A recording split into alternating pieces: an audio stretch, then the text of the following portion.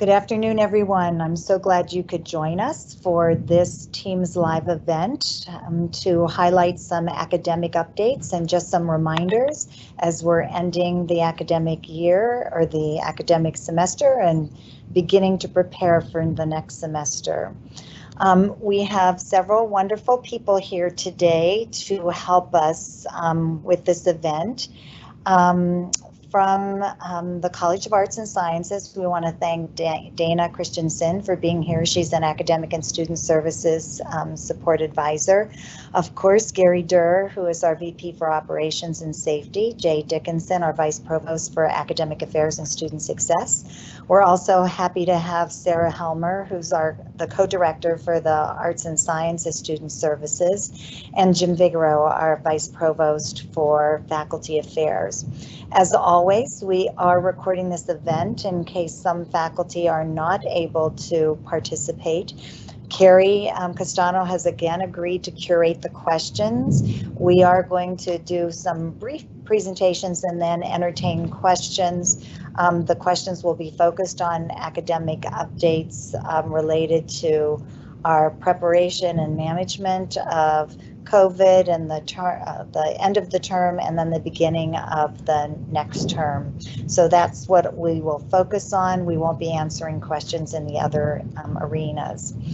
I do want to start by first thanking faculty for your flexibility this week. I know there's been some increase distress with our increase in numbers. We're seeing, just like the whole state is seeing, some increase in numbers that we're just not used to. Again, our positivity rate is very low, but we were used to seeing zeros and ones, and when you have an increase, most of which have been off campus, and we're also increasing faculty and students who are testing, so it is likely that you're going to see more. But our protocols are all excellent. Some of our students have chosen to go home early, and we are asking that they all test at least 48 hours before they leave so we can make sure that they're not positive.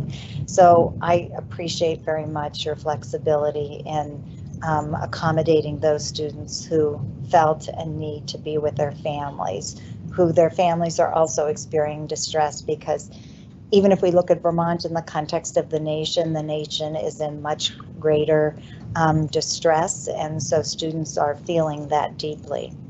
So I think what we're going to do is we're going to start with Jay, and she's going to talk about some reminders for ending our semester. And then Jim is going to talk about some really important professional development opportunities in January. Sarah is kind enough to talk to us about student concerns and the support that they're finding is most helpful. And I imagine Dana will add to that.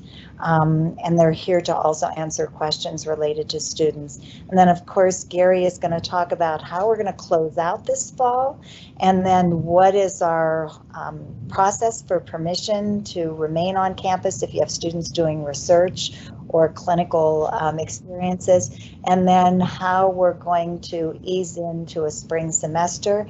And I'm keeping on thinking about vaccinations. I know they say not till April, so we just have to do everything we can to keep us healthy and safe until then. So Jay, I'm going to start with you, and thank you for being here and supporting our academic agenda and our students. Go ahead. Thank you, Patty. So most of what I have to discuss has to do with exams, and I just want to remind everyone it's helpful to review the exam policy. You can just Google UVM exam policy and you'll see that final exam policy pop up. You can read through that and just make sure that you understand, you know, what students' rights are and then what falls to you as well to make determinations on. So final exam week, as you know, has been moved up. So as part of the changes to the spring calendar, and that will end on December 11th. Please remember that the grade deadline is 72 hours after the exam, and that all grades are due by December 15th, which is Tuesday, by 12 noon. It is extremely important that we get all those grades in because they are being utilized to calculate student eligibility for financial aid, to calculate whether some students are eligible for continuing at the university, and also to meet our federal requirements regarding satisfactory academic progress for students who are receiving federal financial aid. And also just a reminder that if grades close out without any grade entered, the student does receive an AF grade, which is an administrative F, and that can be very upsetting to a student to receive and certainly increases the complexity of what you need to do to reverse that grade. We have had some faculty, as a matter of fact, raise concerns about the number of colleagues who are planning to offer take-home exams. Take-home exams are a wonderful option. They allow flexibility for students, but we do recommend that you design those exams to fit within the regular exam period. So don't design a take-home exam that will take them 10 or 15 hours to do. Please keep in mind that students do have 5 or sometimes 6 classes that they may have finals for, and that they need to juggle all of these self-scheduled exams along with other commitments that they might have for scheduled exams.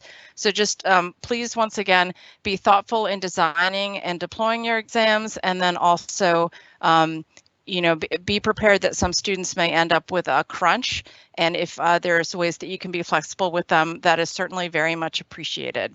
So now I'm going to pass it off to Jim and with some updates on faculty development. But if you have other questions related to exams or end of semester, you can put those in after we're all done. So thank you, Jay, and good afternoon to all of you. And let me start by echoing Patty's words and thanking all of you for the real valiant efforts that you're putting into this semester to work with our students. We certainly hear from our students and their parents occasionally. So we are aware of the effort you're putting in, and we really appreciate you working with the students in these uncertain and challenging times for them. So thank you for that. This has been a very interesting semester. I'm sure you all are aware of that, and we're all learning from each other. We're learning quite a bit from each other. And as we move into the spring semester, we want to capitalize on that sort of communal learning that's ongoing this semester from all the strategies that you've implemented this fall and from the ones that you've improved from last spring. So with that in mind, we're starting to think about some programming for the month of January in terms of a new course on teaching modalities. And we're going to be offering some activities throughout the entire month of January, but primarily we're going to focus on the weeks of January 11th and the 18th in what to in effect will be a faculty carnival. And there will be offerings from the Center for Teaching and Learnings and from Writing in the Disciplines, the CELO office and libraries and other units involved in professional development. So while we're still working on the details and the programming, roughly generally speaking, the week of January 11th, we're going to focus on things around course design. And how do you do backwards design, and how do you design your syllabus, and topics of that sort. On that week of the 11th, we'll also we'll be starting, I should say, the CELO program, Community Engaged Learning Office, will be rolling out their new Faculty Fellows program. And you can find information if you're interested in applying for that. You can find information in the CELO website. And there'll be some more additional information on that in the Provost Weekly Digest that will be coming out tomorrow. So keep that in mind. And then the week of the 18th will be mostly focused around sort of honing your technological skills around teaching. We're also working with the folks in the Vice President's for Research Office and the Sponsor Programs Administration Office in providing some offerings around research development, writing proposals, how to identify funding, and things of that sort. Also some work around the UVM Click, the new PI portal, sort of introducing you to the new features in that portal and how to take advantage of them. So overall, there's going to be quite a bit going on, again, throughout the entire month of January, but mostly focused on those 2 weeks of the 11th and the 18th. Over the next few weeks, we're going to be ramping up our planning. So we certainly welcome your ideas and your thoughts about the types of offerings that you might be interested in. So thank you. Thanks so much, Jim. And I'm thinking there are several that I might want to attend in January as I'm teaching my autism course in the spring semester. So I'm going to be right there with the faculty and excited about that opportunity. Next, I'd like to invite Sarah to give us some perspective from students and what their greatest concerns are as they're ending the semester and certainly preparing for next semester, and what supports might be most advantageous to them. So go ahead, Sarah. Thanks, Patty. Thanks for having me today. Yeah, so I'd just like to touch on some of the things that we have noticed with students throughout the fall semester, some trends that we've noticed, as well as, you know, how we can think about faculty kind of engaging with our student services offices and students as we move through this next part of the semester. I do want to say, I think in general, students have done a really great job adjusting to the return to campus, and we're really proud of the way that students have pivoted and kind of respected this new normal that we are currently in on campus. We are grateful for faculty for your flexibility and know that you're working hard, and we're hearing from students both in our daily work but also in the 6-week survey around feeling engaged academically, and a lot of positive comments around that. I think some of the challenges that we've seen, again, through our conversations with students and also in the 6-week survey that was noted, is just around some of the social aspects on campus and that sense of belonging and connecting with others. So there's been some challenges around that, especially for our first-year students who have been at home and for our students of color.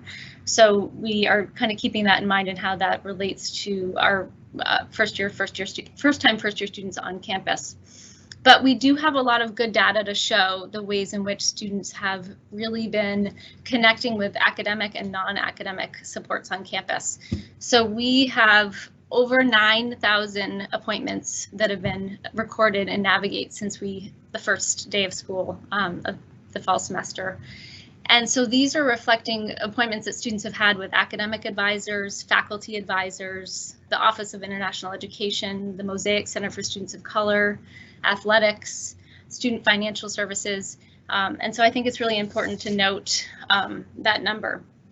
We also know that student accessibility services on campus has seen an increase in the number of students using services this fall compared to last fall. So that's gone up 17%. And we've seen a 22% increase in student appointments through student accessibility services with really low no-show rates. So we're seeing students show up robustly for virtual appointments.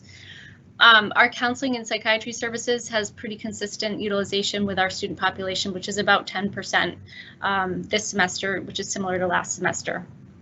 We are also finally seeing higher academic alerts this semester and more students receiving multiple academic alerts. And so while that kind of points to students having some challenges academically, we're also really appreciative of the ways in which faculty are sharing that information through that system, because it allows student services folks to really respond more effectively and swiftly with issues that are being brought forth in those alerts. So as we think kind of moving forward towards the end of the semester and this remote only phase, I think that predictability and clear communication from faculty is going to be really important for students as they make this change, and remembering that students are juggling 4 to 5 courses, several of which will change their delivery modes as we move into the end of the semester. And so that's going to be a pretty significant adjustment period for students to juggle all of those platforms. So keeping some of that in mind will be helpful. I think for the students who have been on campus and are transitioning home, keeping in mind that while we are kind of aware of some of the stressors that students are facing on campus, that some of those can shift when they go home. So anything from interpersonal stressors at home to connectivity issues, keeping those in mind as we work with students will be important. Just a couple more points. As many of you know, the Faculty Senate Student Affairs Committee approved a resolution to allow some more flexibility with late withdrawals for students with extenuating circumstances, especially related to COVID-19. So we have been having lots of conversations with students around that and trying to provide support around that, but also help students understand the implications of that related to their progress to graduation and also student financial aid.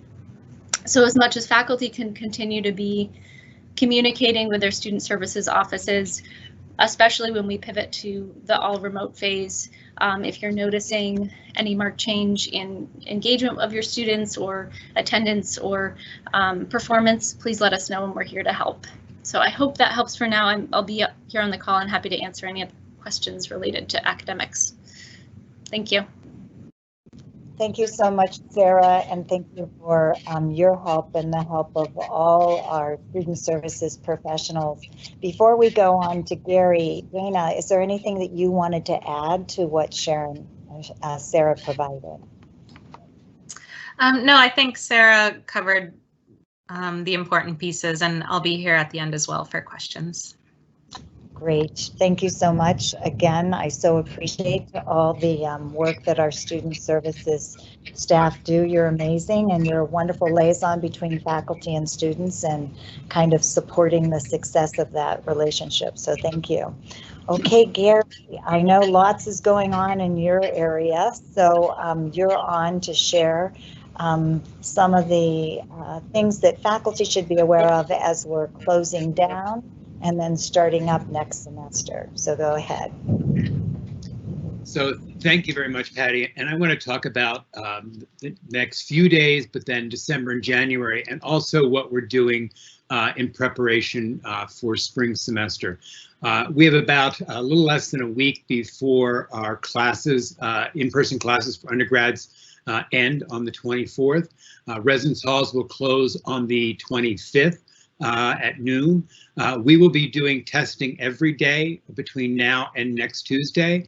We're opening up the testing center over the weekend on Saturday and Sunday with limited hours. And that is to really encourage, and I would ask your support in encouraging the students you interact with to take advantage of that testing so that they can plan to test 48 hours before they plan to travel to go home.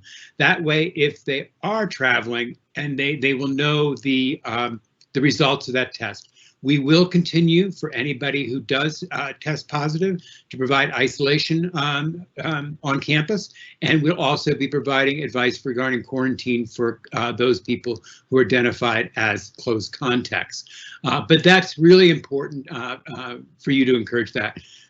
I have been so impressed with our students with regards to testing. We've been doing over 11,000 tests pretty steadily, almost all this entire semester. We're seeing a large number of students testing this week. I think that's in anticipation of leaving shortly and being able to make sure they do that. But anything more you can do to support that would be great. I received a couple emails, and we'll try to be a little more clear of this in future communications about testing in December and January, particularly for faculty and staff. The testing center in the Davis Center will be open in December and January for faculty, staff, and students who want to test to come in. We're reducing the hours in December. We'll be open on Mondays and Tuesdays. We'll be open on December 28th, but not December 29th. And then likely once we get to January and we're still finalizing those hours, we will be testing as well throughout January. So if employees, faculty and staff want to come to campus to get tested, they can. That will still be available to everybody. And I'm really pleased with the number of people that are taking advantage of it and want to encourage more and more to do it. It's very simple. It's very simple to sign up. Results come to you directly. If they're negative, you're contacted if you're positive. But as we see the increase in the state, and in Chittenden County, I think this is more important than ever to take advantage of the tests. I also want to acknowledge some great work of the logistic coordinators and the safety coordinators, safety officers in all the departments across campus.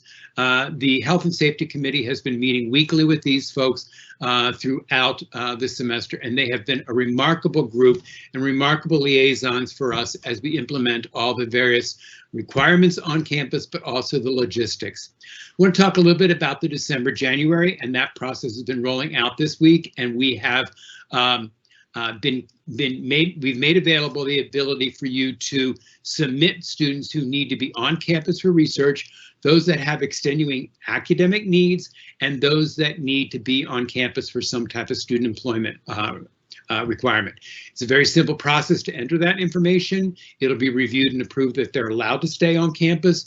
But most importantly, we're going to look for your help and support for those students that you are sponsoring in making sure that they comply with all of the travel requirements and quarantine requirements, but also all of these students are going to be required to continuously test for the duration of their time that they're on campus. We will also, and a message went out shortly before noon today about remote working and additional information on telework from Jess Krause. And we are encouraging wherever possible for staff and faculty to work remotely as much as possible. We need information about when people were going to be on campus, and that's information that department chairs and directors have, as well as the logistics and safety officers there. As we prepare for spring, we are planning our testing requirements around that.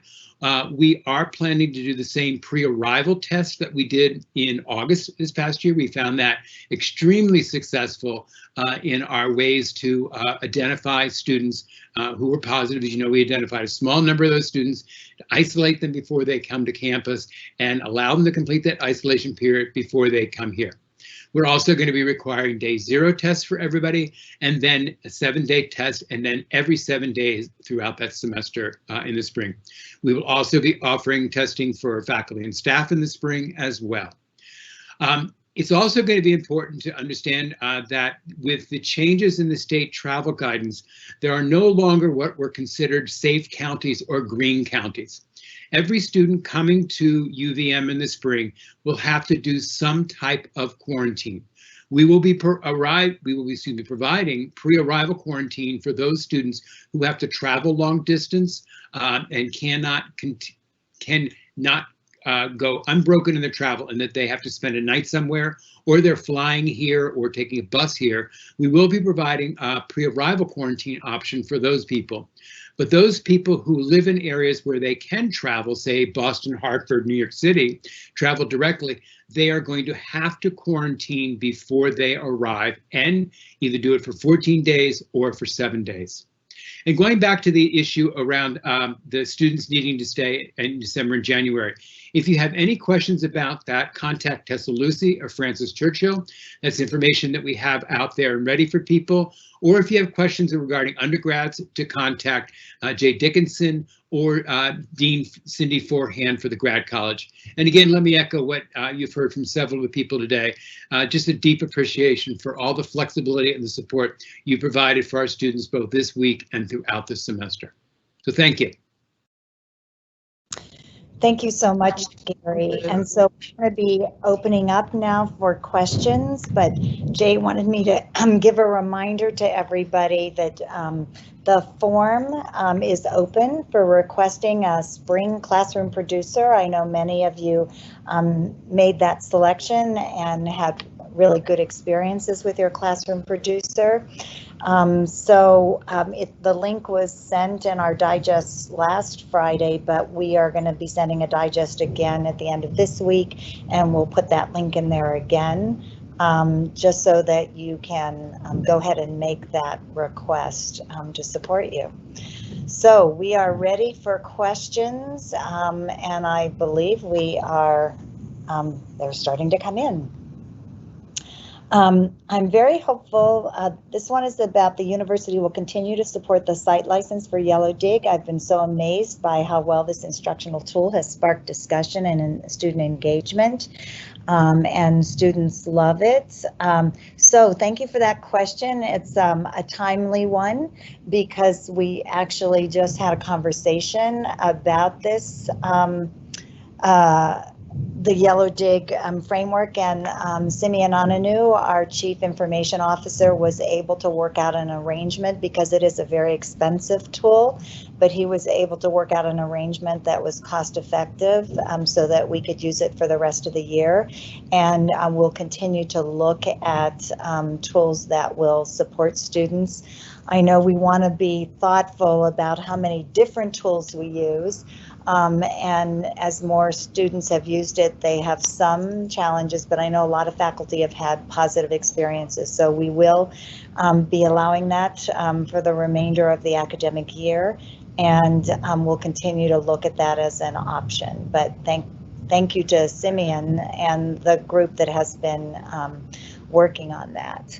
Okay, there's another one. I had a student tell me that their RA told them that they would be remote in spring if the rates of infection in Chittenden County were sufficiently high. This is different from what Gary Durr just said. Is Res Life giving out different information? I hope they're not giving out different information, but Gary, is there anything you wanted to add? Really, the information is what we identify. We don't know if there's our likelihood is we're starting February 1. And so Gary, anything else you want to add? No, I would just echo what you said, Patty. We are planning to be open and offering in-person instruction beginning February 1st in the spring. We're planning to offer instruction for our medical students in January.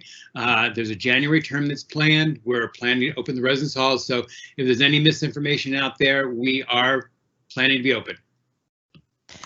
So Gary, if I could just add to that, I think what may be going on is that students are being advised to carefully consider what they should take home with them, just in case. So they're not asking people to email medication, to mail medications or anything else to them.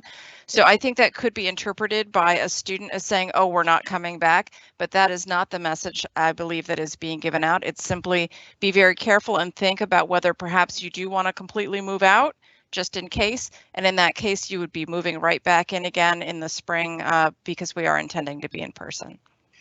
That's a good point, Jay. One of the things that happened last spring is because we transitioned so quickly, people left medications, they left passports, they left other additional important documents and material, and we were able to facilitate mailing some of those things home. We're not going to be able to do that for this period of time.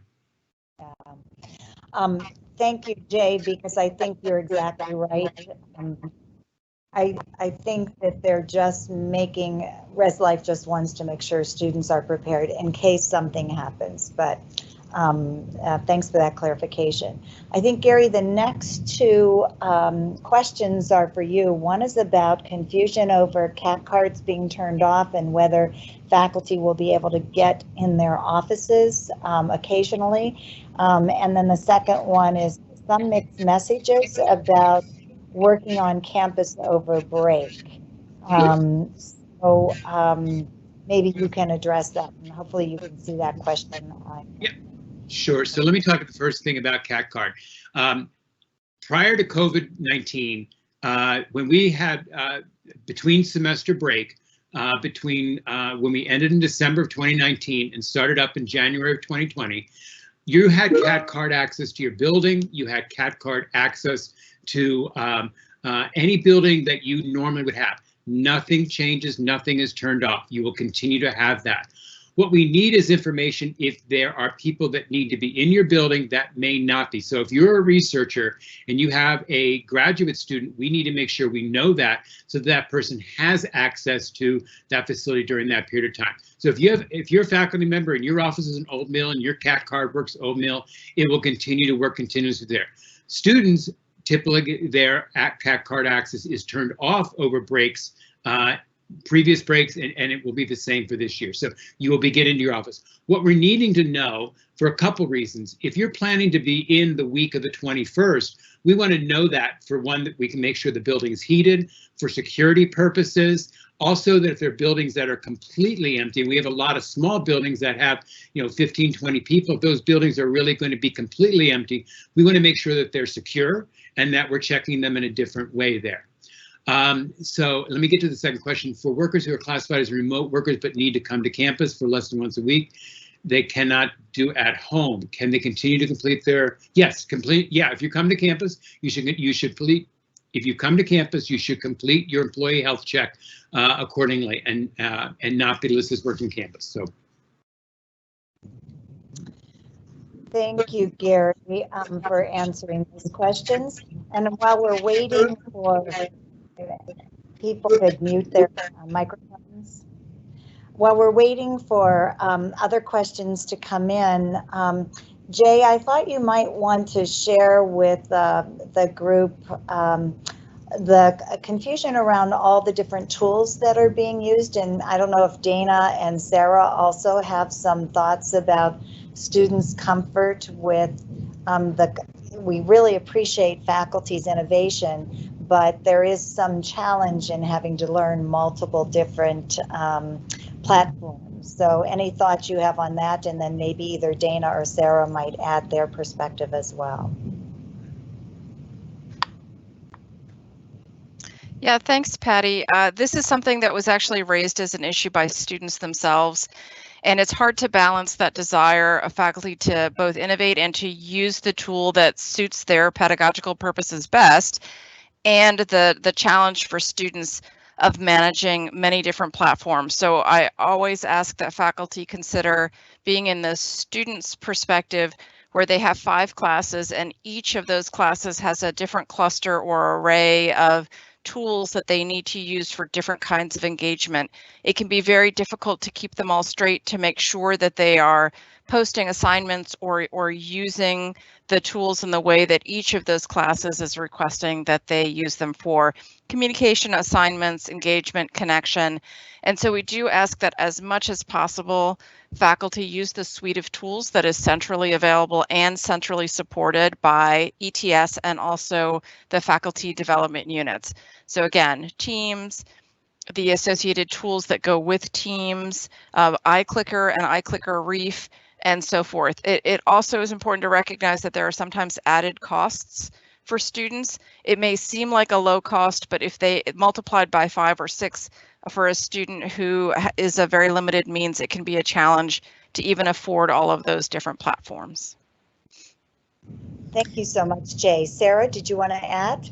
Yeah, I would just add that predictability piece is so important for students, because they are, especially for the students who have been living on campus, making this huge adjustment home, thinking about quarantine guidelines, going to other states with, you know, different numbers that are concerning.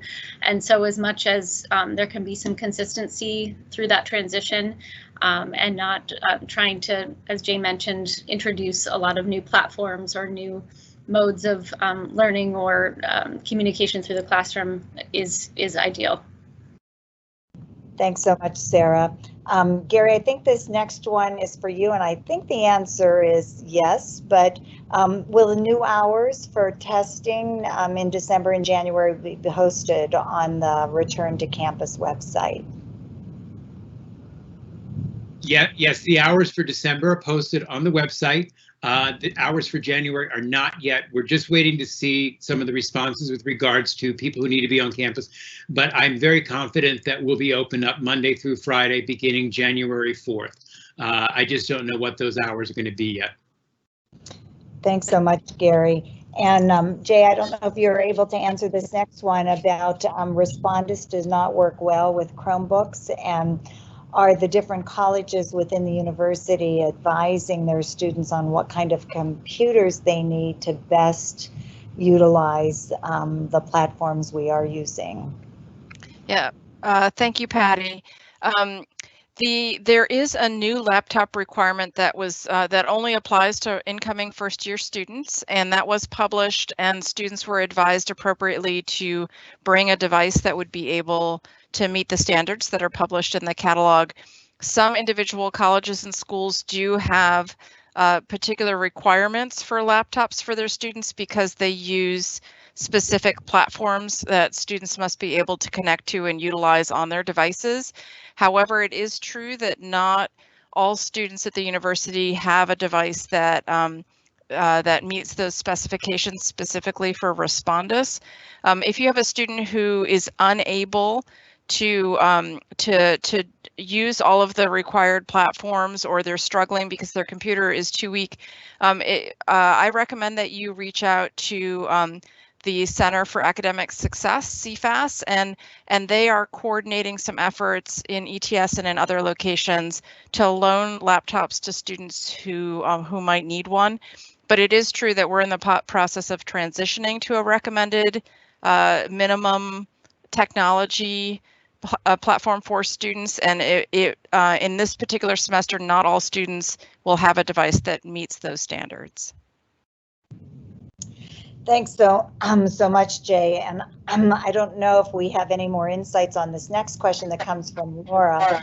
I know a lot of us have been very interested in making sure that we can create an active learning environment when we're teaching remotely, and so the power of breakout rooms is really important.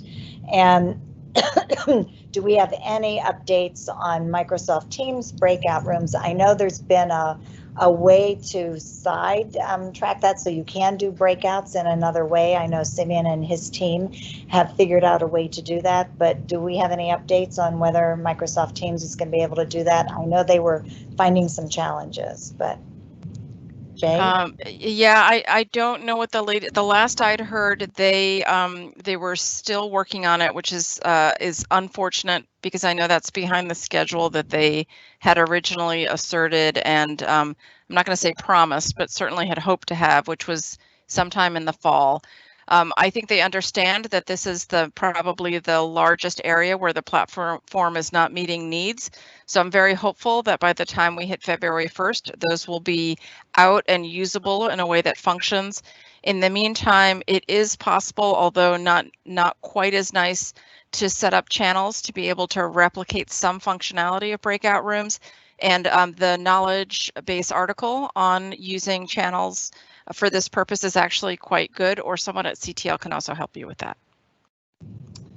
Yes, thank you, Jay. The next question is not really a question. I think it's a comment, and it's a good one, and that is, you know, if you have a faculty member who's teaching remotely and their computer has a problem that needs to be fixed because classes will be affected, it's important to have a robust pool of loaner laptops ready. We will make sure that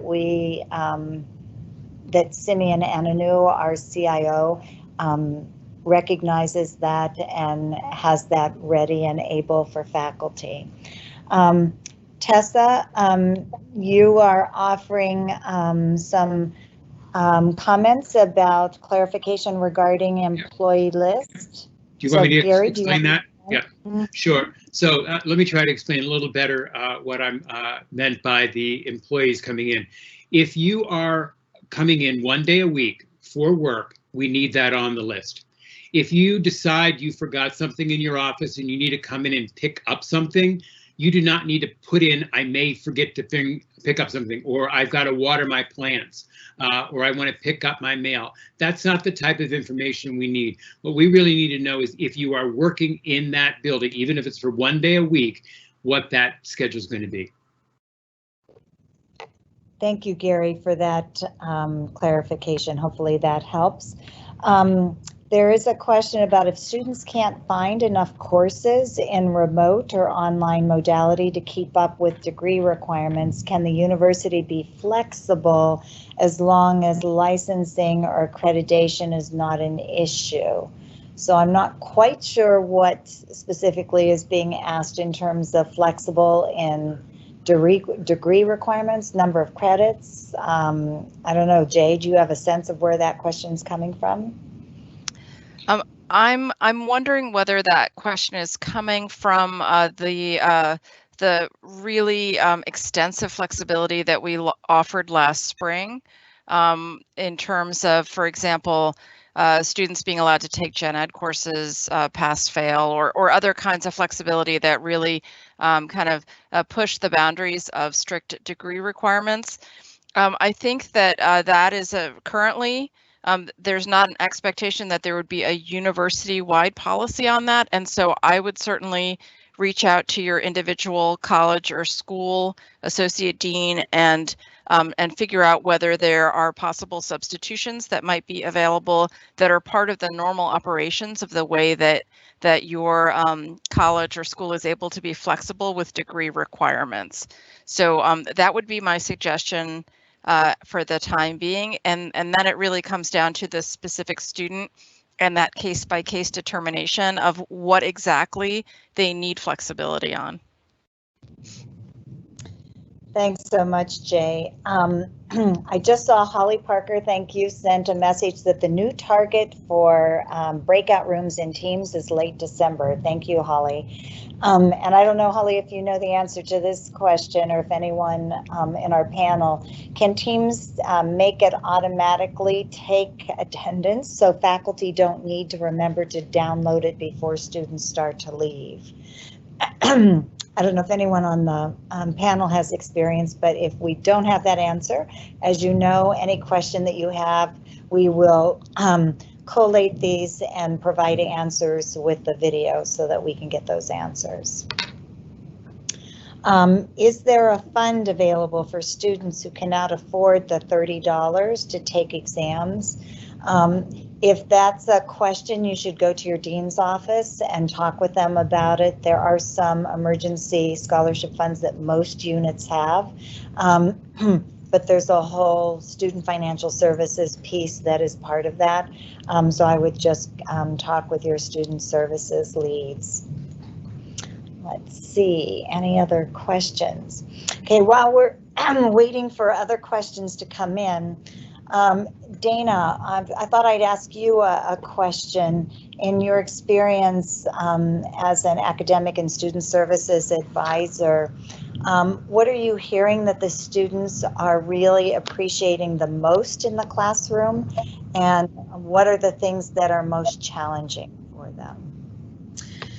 Yeah, like people have said before, I think affording students flexibility when things come up for them has been a huge comment that we've been hearing more and more, is just that students are really appreciative of their faculty giving them more time and things like that. I think the challenges really are managing all of the platforms, like we've said, and the multiple deadlines. I think it can kind of start to pile up for students, and that overwhelming feeling can be, you know, a little much. But it kind of ties into the positives of the feedback and the flexibility. So we're hoping that if students are feeling overwhelmed, that they're reaching out to you, and if it seems like more than one class is being affected, that's where I think student services can step in and kind of work with them.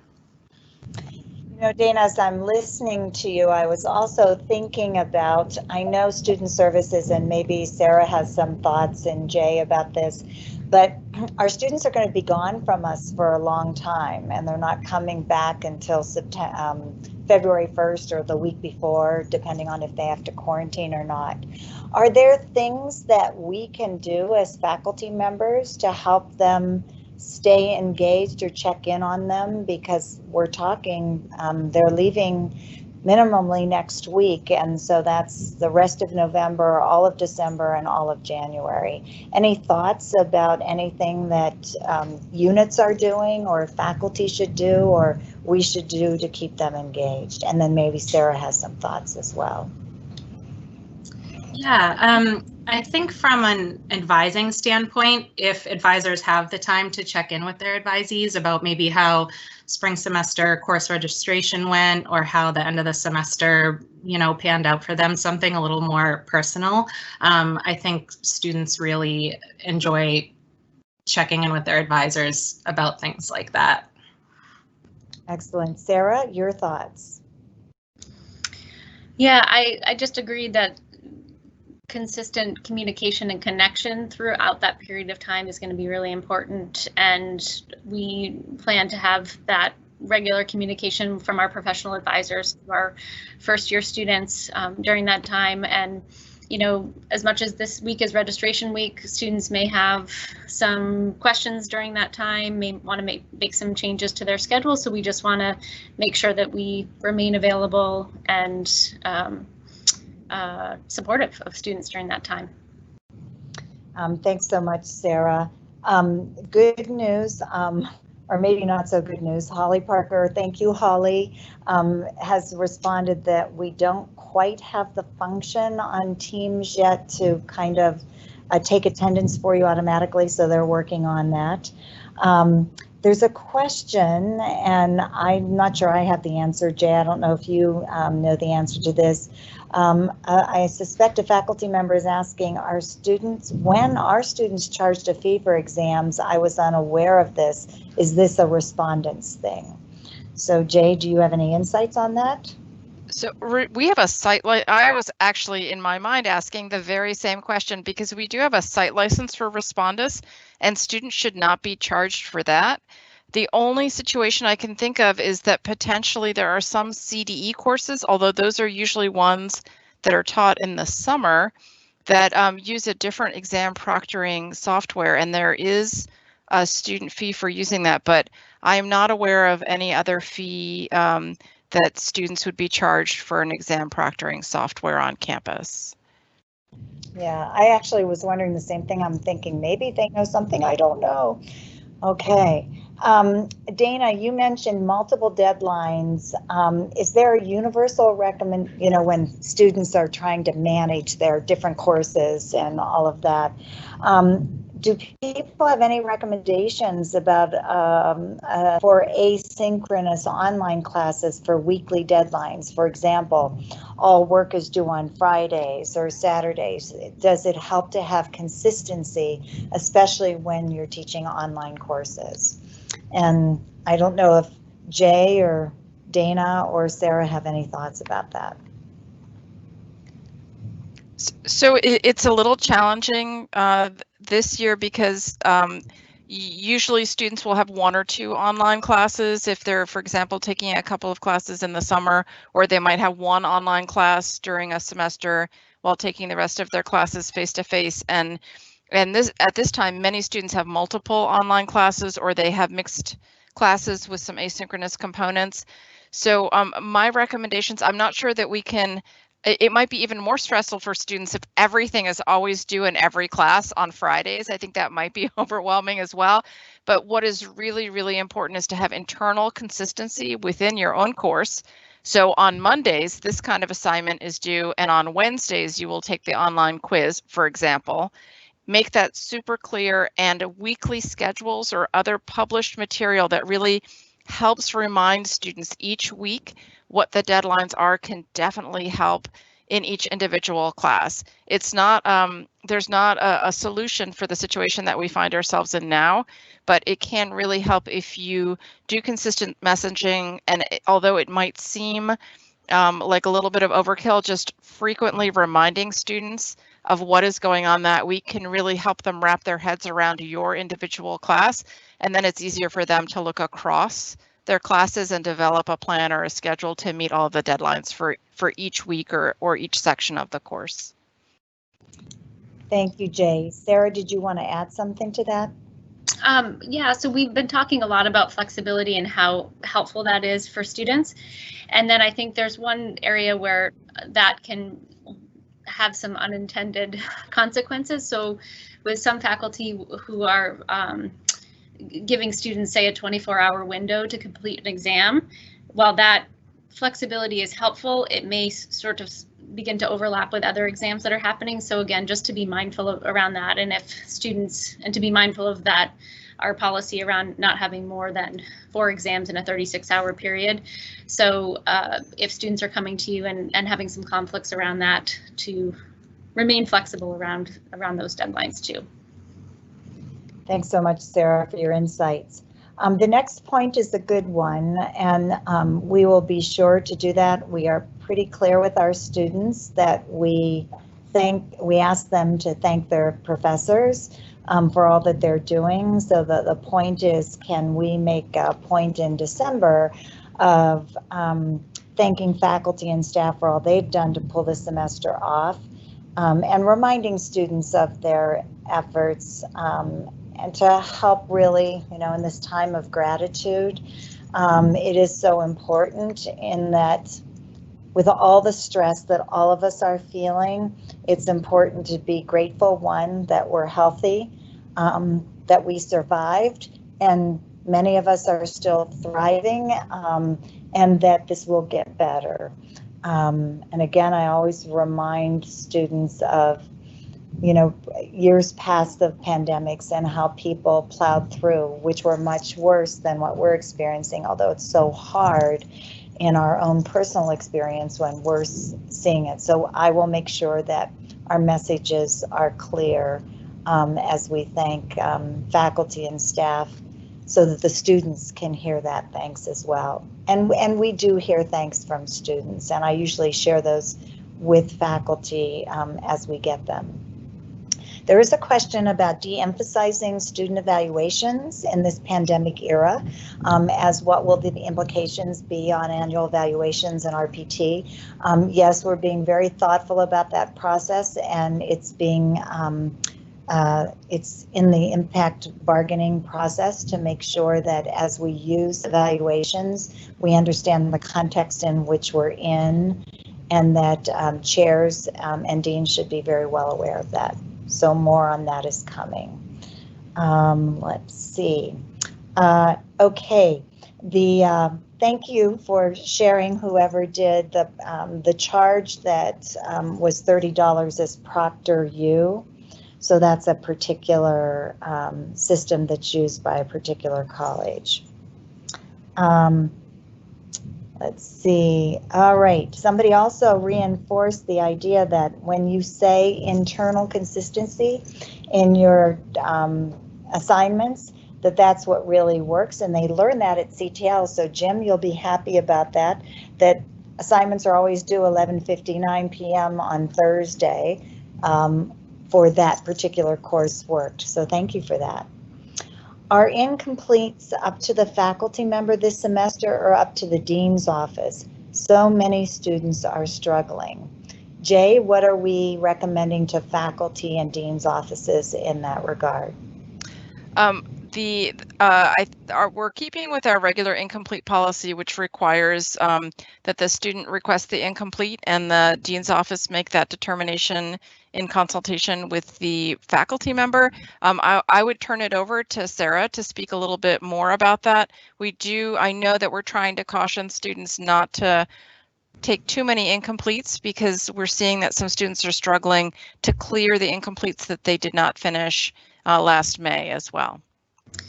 Yeah, so our policies are generally the same, but we're also mindful of the strain on our medical professionals in the community and beyond. And so we are a little bit more flexible with how we're getting that documentation from medical providers, therapists, etc.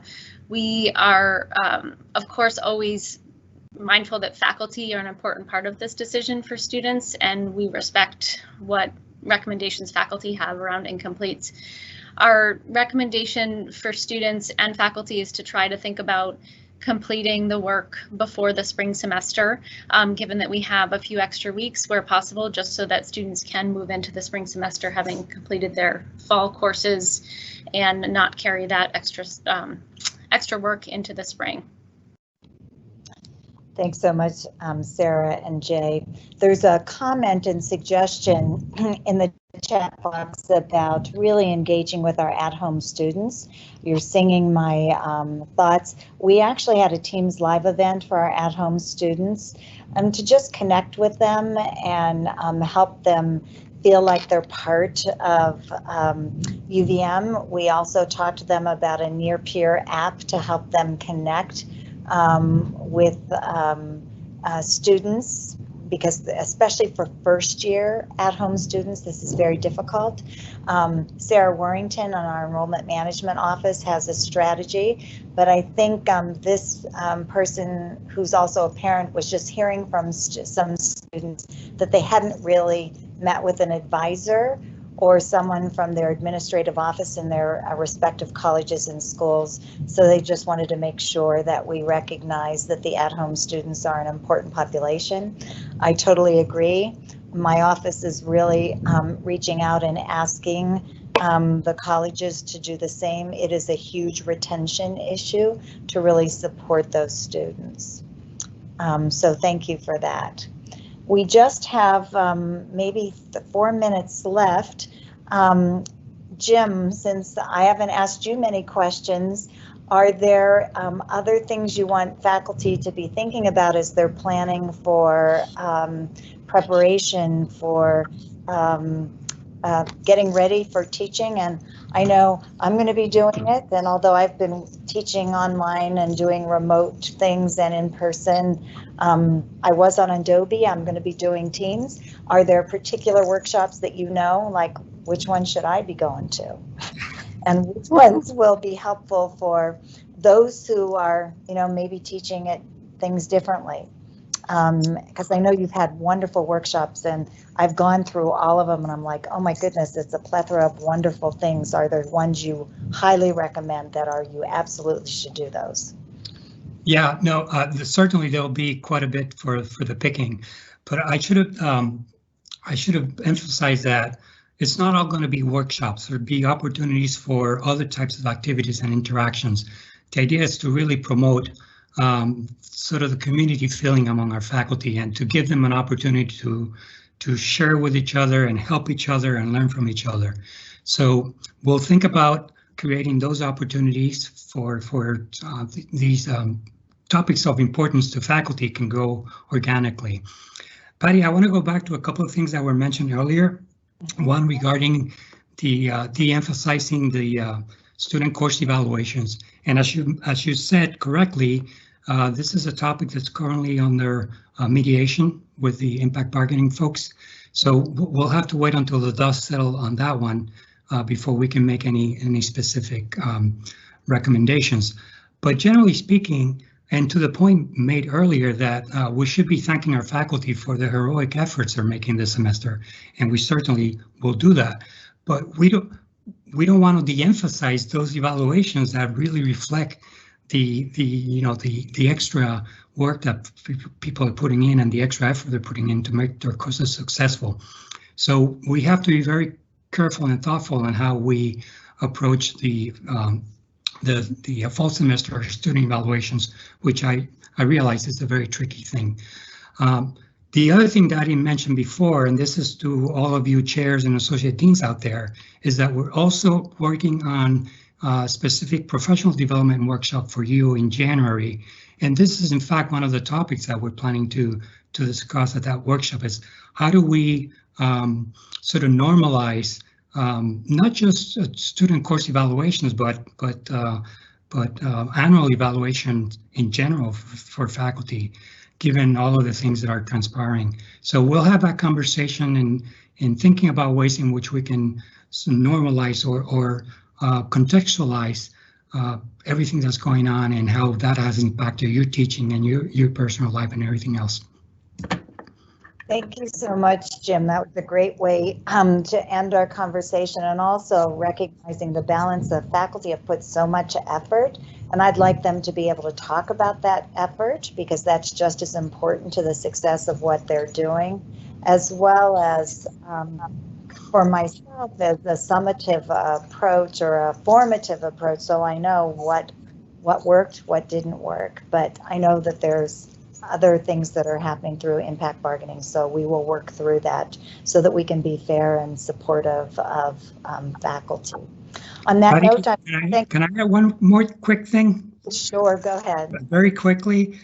So as you may have already found out from a message that we sent a couple of days ago, UA has agreed to our proposal to allow faculty to use PDF funds to pay for student research assistantships.